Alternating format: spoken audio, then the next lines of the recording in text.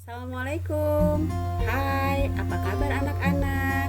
Ketemu lagi dengan Ustazah Roma pada materi kali ini, yaitu klasifikasi makhluk hidup. Baik, tinjauan yang akan kita bahas pada presentasi kali ini adalah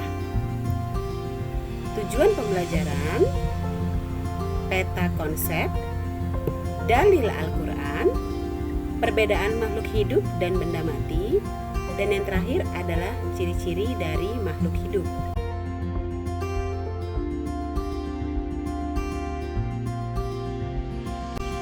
Yang pertama adalah kalian dapat melakukan pengamatan antara makhluk hidup dan benda mati.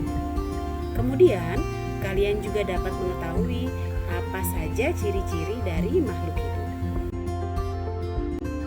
Berikut ini adalah peta konsep mengenai perbedaan antara ciri makhluk hidup dengan benda mati serta keanekaragaman makhluk hidup yang nantinya akan menjadi dasar klasifikasi dari makhluk hidup.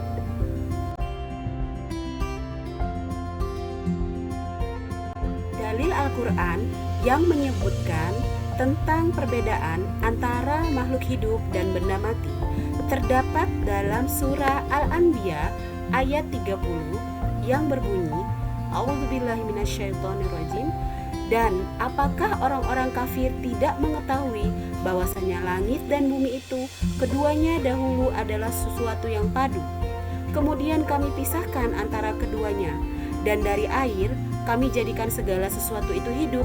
Maka mengapakah mereka tidak juga beriman? Maha benar Allah dengan segala firman-Nya. Anak-anak, melalui surah Al-Anbiya ini kita mengetahui bahwa Allah sudah menyatakan bahwa makhluk hidup dan benda mati itu terpisah. Perbedaan makhluk hidup dan benda mati. Yang pertama adalah sebuah mobil. Yang kedua adalah seekor kucing.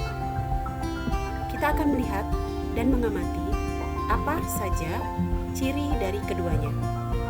Yang pertama adalah mobil. Apakah mobil bergerak? Ya. Apakah mobil memerlukan nutrisi? Ya. Mobil tidak akan bisa berjalan jika bahan bakarnya tidak ada. Apakah mobil melakukan ekskresi? Ya. Karena mobil akan mengeluarkan zat buang melalui knalpot berupa asap. Tetapi mobil tidak bisa melakukan adaptasi. Mobil tidak bisa melakukan reproduksi. Mobil juga tidak bisa bernafas serta tumbuh dan berkembang. Lalu bagaimana dengan kucing? Kucing adalah salah satu makhluk hidup yang memiliki ciri-ciri bergerak, memerlukan nutrisi, berespirasi, bereproduksi, tumbuh dan berkembang, melakukan iritabilitas, melakukan adaptasi, dan yang terakhir melakukan ekskresi. Ciri makhluk hidup yang pertama adalah bergerak. Manusia dan hewan dapat melakukan pergerakan secara aktif, artinya berpindah tempat, baik dengan lambat ataupun dengan sangat cepat. Apakah sama seperti tumbuhan? Salah satu contoh yang Ustazah ambil adalah putri malu. Putri malu memang tidak berpindah tempat, tetapi putri malu mampu bergerak karena ada rangsangan sentuhan. Jika tersentuh, maka daun putri malu akan menutup. Ciri makhluk hidup berikutnya adalah membutuhkan nutrisi. Gambar yang pertama adalah gambar seekor kucing sedang memakan daging. Kucing disebut hewan karnivora karena kucing adalah pemakan daging. Gambar berikutnya adalah seekor kambing memakan rumput. Maka kambing disebut hewan herbivora, hewan pemakan tumbuh-tumbuhan. Dan yang terakhir adalah beberapa jenis hewan yang bisa memakan semuanya. Artinya bisa memakan jenis daging-dagingan ataupun daun-daunan ataupun tumbuhan. Disebut dengan hewan omnivora. Contohnya ada ayam, bebek, tikus, babi, monyet, serta beruang. Nutrisi yang diperlukan oleh manusia berasal dari bahan makanan yang memiliki kandungan berupa karbohidrat, protein, lemak, vitamin, dan mineral. Sedangkan perolehan nutrisi pada tumbuhan dilakukan melalui proses fotosintesis.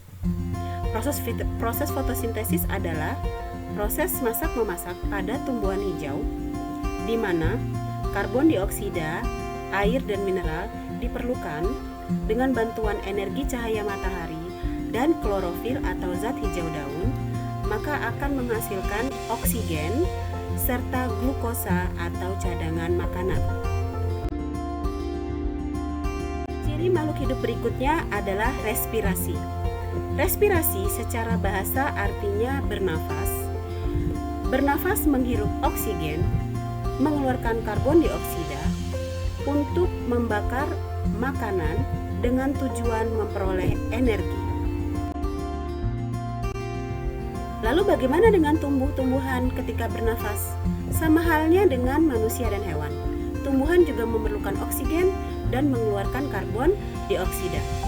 Udara atmosfer berupa oksigen akan masuk dan udara atmosfer berupa karbon dioksida akan keluar secara difusi melalui yang pertama, stomata, terdapat pada permukaan daun dan batang budak. Yang kedua adalah lentisel, terdapat pada permukaan batang. Dan yang terakhir adalah bintil akar, terdapat pada akar. Anak-anak, presentasi untuk hari ini kita cukupkan dulu ya. Berikutnya akan Ustazah sampaikan ciri makhluk hidup yang belum Ustazah jelaskan pada hari ini. Semoga kalian paham atas materi yang Ustazah sampaikan ya. Dan terima kasih atas perhatiannya. Alhamdulillahirabbil alamin. Assalamualaikum.